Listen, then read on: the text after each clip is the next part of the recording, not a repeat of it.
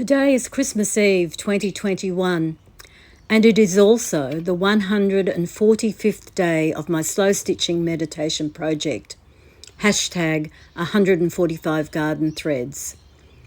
I started this daily hand stitching meditation on the 2nd of August this year.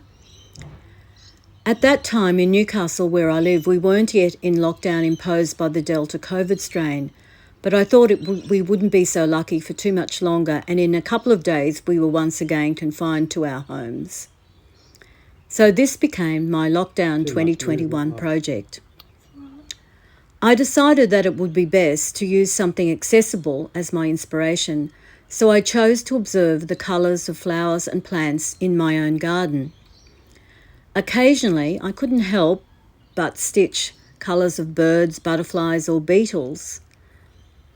But most days I looked at a plant in the garden and took a photo and used the colours as a starting point for that particular day's stitching. What I found was that I couldn't keep to doing straight lines of stitching, and I started to experiment with shapes and spaces, different types and thicknesses of threads. But I did maintain the one type of stitch, straight stitch, for the entire 145 days.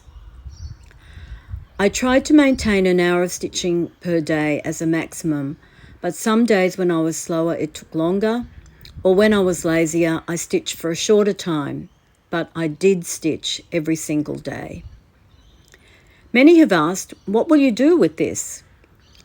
Most likely nothing more than anyone does with a diary or a journal, but hopefully this will be useful as my sampler and reference for another bigger project in the future.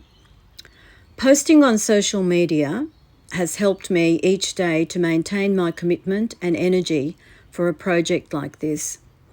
And I would really like to thank all of you who have followed this project. Thank you for your positive encouragement. I really appreciate it very much. So this is the end of this particular project, but no doubt there will be more.